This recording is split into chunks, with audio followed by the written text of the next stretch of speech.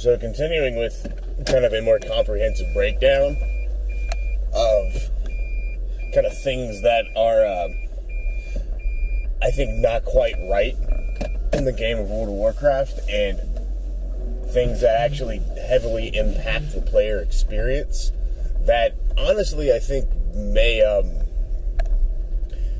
be somewhat ignored, not maliciously, but because it's not realized how, I don't want to say how bad, but I guess that's the right word, how bad they are for the game by those in power for creating the game. And I think it's something that I like to call the Cheesecake Factory effect. This is something that's very impactful to the game, especially it's almost entirely to the end game.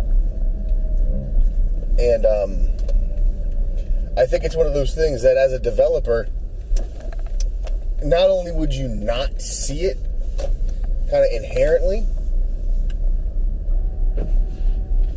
I think you would actively not understand it at all.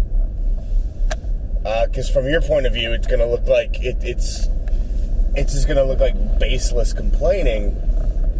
But I think from a player's point of view, it actually has a lot of impact on how you view the game and how the game feels to play at the end game. And what I mean by the Cheesecake Factory effect is, so if you've ever been to Cheesecake Factory, they're kind of known for breaking a lot of rules and norms within the food service industry. One of the biggest things that they do that would be considered quote-unquote wrong is that their menu is gigantic. Their menu is pages on pages on pages. And if you've ever been there, a lot of people share kind of the dislike of the effect of having these too many options, because what happens is you don't know what you want. It's kind of part of the human condition that we'd prefer to somewhat be told what it is that we're getting in a lot of instances. So when you go to a place like Cheesecake Factory where they have they've got an Italian restaurant's worth of pasta dishes, and then they've got a steakhouse's menu worth of steaks and seafood and grilled dishes, and they've got it just keeps going. So you find yourself in a position where even if you go, I want pasta, now you've got all these different choices to make, and so what happens is it becomes overwhelming in a way, and that it becomes difficult to make a decision, despite the fact that you would think it's a benefit to have lots of different options, because then you would think that you can get exactly what you want. But the thing is, a lot of times people don't know exactly what they want. They want something that feels good to them. They want to browse through a menu and go, that sounds like something I would really enjoy, rather than having 5 items that they know they would really enjoy and then having to pick. Because then what happens is buyer's remorse kicks in, because you're going to go, well, if I get that one, if I don't like it, then I could have gotten this, and this is really good, but I feel like I could really like that, or I know I like this, but I kind of feel like trying something new, but then what if and it's all these kind of questions start to pop up and arise that normally wouldn't be there if you were given just one option. I think this relates to World of Warcraft in that the way they've changed the loot system, and this is directly related to the Titanforging system, is that everything's an option now. You can get gear upgrades everywhere. And so what this does is, it means everything's an option for running at endgame. And it's not, and it's a little hyperbolic, because there's still loot tables. Certain items still drop from certain areas. But it's still a massive increase, because it used to be, a lot of people using Wrath of the Lich King. There was, if you wanted a tanking sword, it was the Red Sword of Courage, Midgard Penguin. It was an epic one-handed sword, and it was the best outside of, raiding. And so it was known that if you were a tank and you used swords and you needed a weapon, that was where you went. There was other stuff that was available, but that one item, that was the best. Now, you gotta go, well, I need a tanking sword. You have a wealth of options. And it's almost too many options because now it's like, well, what do I do? Where do I go? And again, this sounds on its nose. This sounds like, needless, mindless complaining. But when you're actually in the game and you have a finite amount of time to spend, which I think that is also an issue that the game is suffering with as their core player base are getting older, they're getting more, their life is happening more often. And so I've only got, I can play 3 hours today. So what do I do with those 3 hours? And now you want to make sure you maximize those 3 hours as best as possible. And for many, that means, doing what will get you the most upgrades, because that's the whole point of the endgame. Endgame, any MMO is about improving your equipment. So you want to do what's going to improve your equipment the most. But now you have all these different options, but all the different options are also not a guaranteed thing. And this is where the Cheesecake Factory effect comes in, because again, like with a big menu like Cheesecake Factory, you're not guaranteed to like everything that you order. And you might have it down to, 6 or 7 items that you're interested in. You're not sure if you're going to like them or not. So now you have to worry about buyer's remorse. Was it worth it? Should I have done that? Should I have done something else? Oh man, I knew I shouldn't have done this. I shouldn't have gotten this. And just kind of the concept that can happen kind of stalls you out a little bit, and then you spend too much time deciding. So now you've got 3 hours to play today. You've spent 30 minutes trying to figure out what it is you're going to do. Do I want to do a raid? Do I want to do a couple mythics? Do I want to do some world quests? Do I want to do a battlefront? Do I want to, go to Darkshore, go farm the bosses? Do I want to? So it becomes this big question of what do you do? And it's one of those things. It's very unpleasant, but in a very subtle way. It's not, overtly and obviously unpleasant. It's not one of those things where you go, I don't like this. But when you experience it and engage in it, you clearly don't like doing it.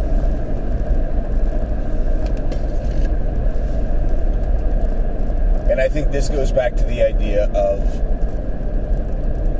kind of a clear path of progression. So I think the biggest issue is that Titanforging has opened up all gear drops to potentially be upgrades, for the most part. Obviously, there's going to be a point where, even the best forging out of a heroic dungeon is no longer going to be useful for you. But then heroic dungeons just get replaced by mythic dungeons. LFR gets replaced by normal rating. LFR switching to normal rating, that is a bit more of a change, obviously. It's harder I think it's a lot harder and more time consuming relatively to pull together even a normal raid versus an LFR raid, because it's not automatically done for you. So that does provide a bit of a change in context, but it's still, it's, for the most part, the wealth of options is still always there. Now imagine this. So imagine if, instead of the Titanforging option, or the Titanforging effect rather, it was the way loot tables used to be, where this item dropped only from here. So your best in slot sword only dropped from one place, or your best in slot chest only dropped from one place, or the best trinket only dropped from one place. So now you've given a goal. So now I need a new trinket. So I'm going to go run X. Every day I'm going to do that at least. So you know where it starts.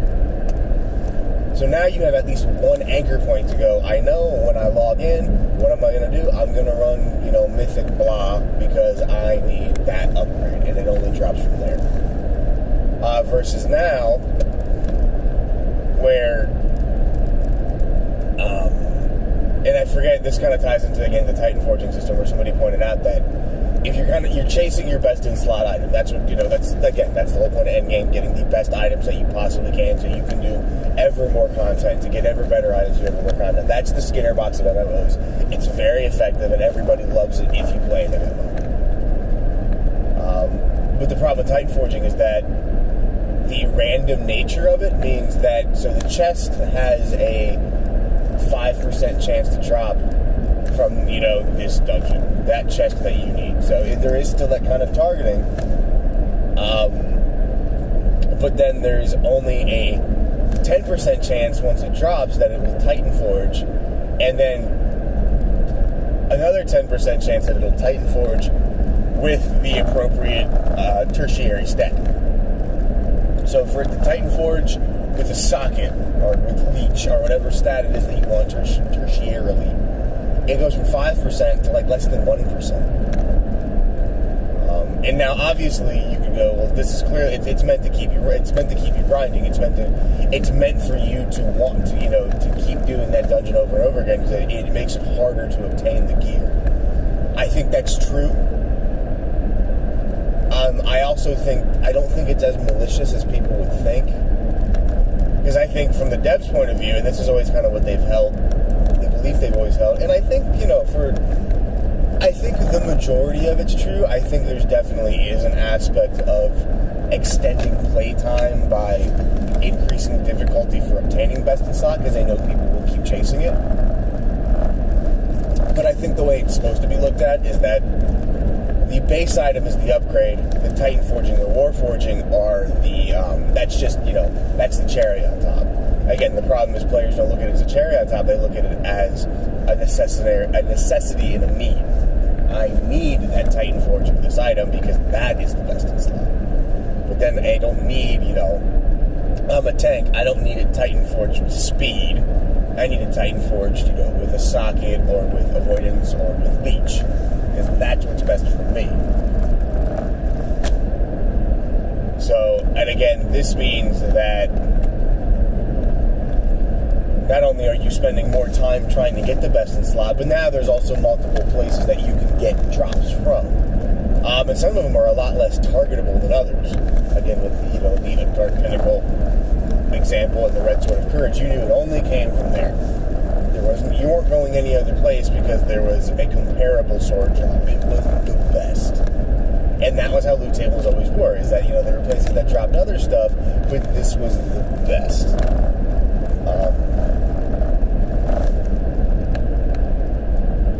Now, there's places, it's while the chest that fits you the most, it's got the best secondary stats, drops from here, but now you're going to go run this other thing because it also drops the chest piece that you need. But if that one Titanforges, even though the secondary is not as good because you don't want crit, you want haste, but if it Titanforges and gives you the right tertiary, it's now better. And again, you would say, well, that's good. It's a second option. But then, then there's also another dungeon. There's another place that drops a chest that also is comparable. That if it Titanforges with the right stats, it's going to be better. And so, and on and on. And now you go, so you may have, a bit of a starting point, but there's just all these other options, and it's like, should I say fuck it? It's like, because some of it gets into the point where it gets a little tedious in order to get it. I think some Mythic Plus dungeons, which is something else I want to talk about, but not right now, get to the point where certain keystones with certain affixes become, they're unpleasant at best and almost impossible at worst. So now your upgrade is locked behind these affixes on the Mythic Plus that you just not fucking know. Or it might be Battlefront gear that comes out of the chest that you get for doing the actual quest, that there's no real way to target. Like, it's just gear. You're like, well, I get what I get. And again, I feel that there's all these options for gearing. Again, they wouldn't inherently be a bad thing, because as I said before, now you've got like 3 different options for what is a chest upgrade, but only one of them has the exact stats that you want. But then it's only if it Titanforges, and then so if it doesn't Titanforge, you got to go for another one and then another one, and it really kind of underpins the whole problem with the Titanforging system, that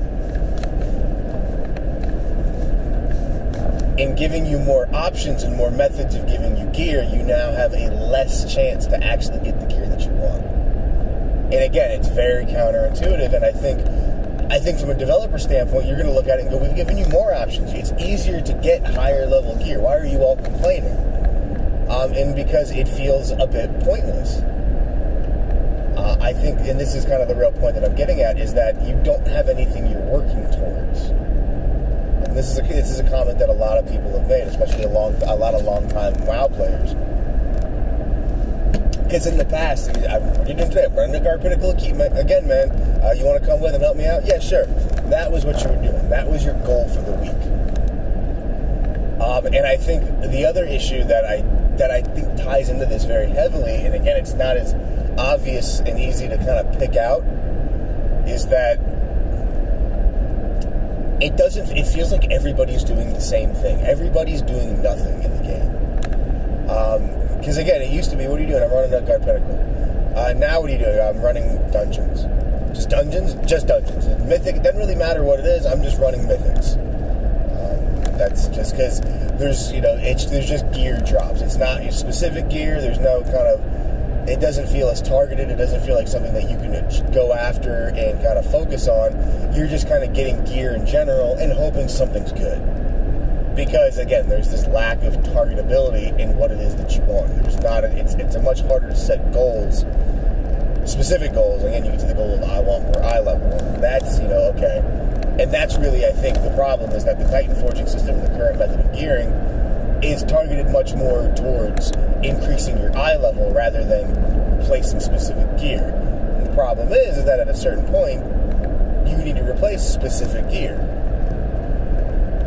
Especially if you, and I think it's very counterintuitive, but all of a sudden you may have needed I need a chest and I need legs, but you did the battleground or the battlefront, and suddenly you got, level 370 Titanforged legs, and you're like, oh shit, these are way better than anything I could ever, they're completely far and above everything else you had, so now legs are off, and now you just need a chest, but now we're brought back to the same problem from before, where there's like 4 or 5 different places to get a chest, but then it's only if it's Titanforged, it's only if it gets the right tertiary, and again, it becomes this hamster wheel of kind of nothing in particular to do.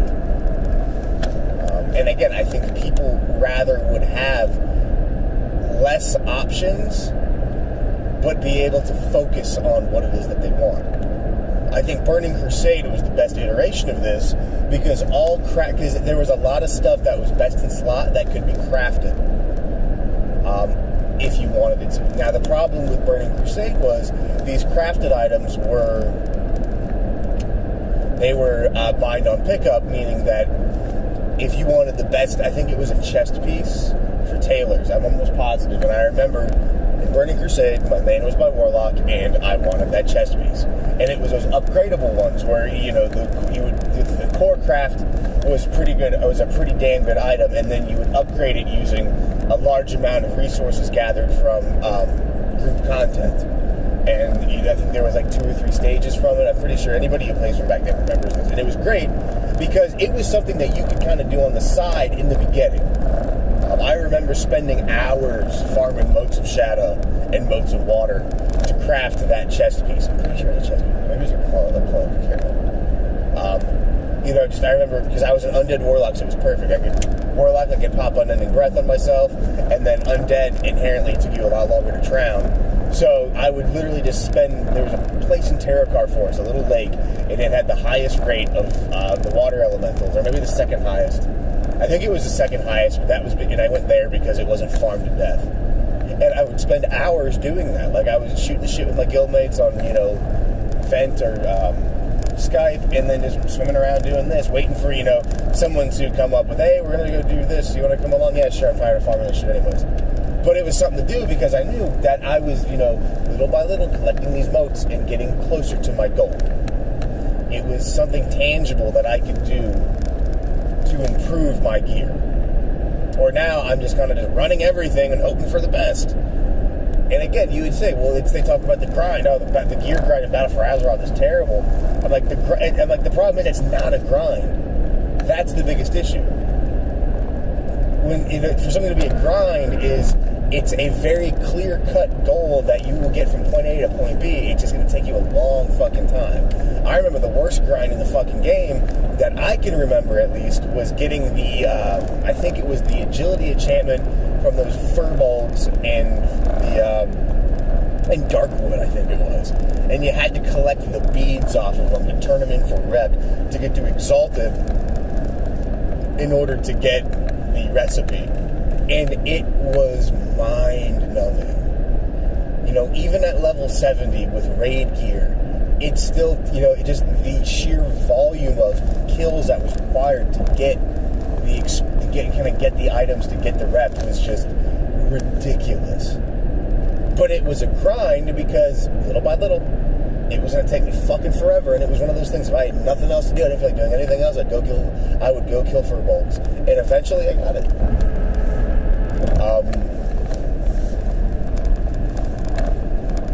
But that was a grind because it was one foot in front of the other. There was a lot of steps, but it was one foot in front of the other. Where now, you're kind of running in one direction. Now that didn't work, then you run in the other direction. That didn't work, run in the other direction. It's all very quick, but the chances of actually getting what you want is, very slim. So it's not a grind, it's, as a lot of people have put, I think very accurately, it's a slot machine. You could put in 1 quarter and pull once, and all of a sudden, jackpot, perfect Titanforged piece of gear. Or you could put in your life savings and still never see anything close. So I think, again, this is the issue, is that there's too many places to get gear, but none of it matters. So everybody's doing kind of the same thing, so you don't have this feeling of individuality anymore. And I think this is the second really important part, is that, what was I doing in Burning Crusade? Oh, I'm farming. Everybody knew. They saw the warlock swimming around this lake. Oh, he's farming modes of water. That's what he's doing. I know that very clearly. Well, there's another guy farming air. You go over there, there's guys farming fire. You go over here, there's guys doing this. You go over here, there's guys doing that. So you knew exactly what people were doing, and everybody was kind of unique and kind of an individual. Where now everybody is just kind of doing content TM. You're just doing whatever you want. Everybody's doing the same thing. We're all doing, what are you doing? Just mythics. Not mythic this or mythic that, just mythics.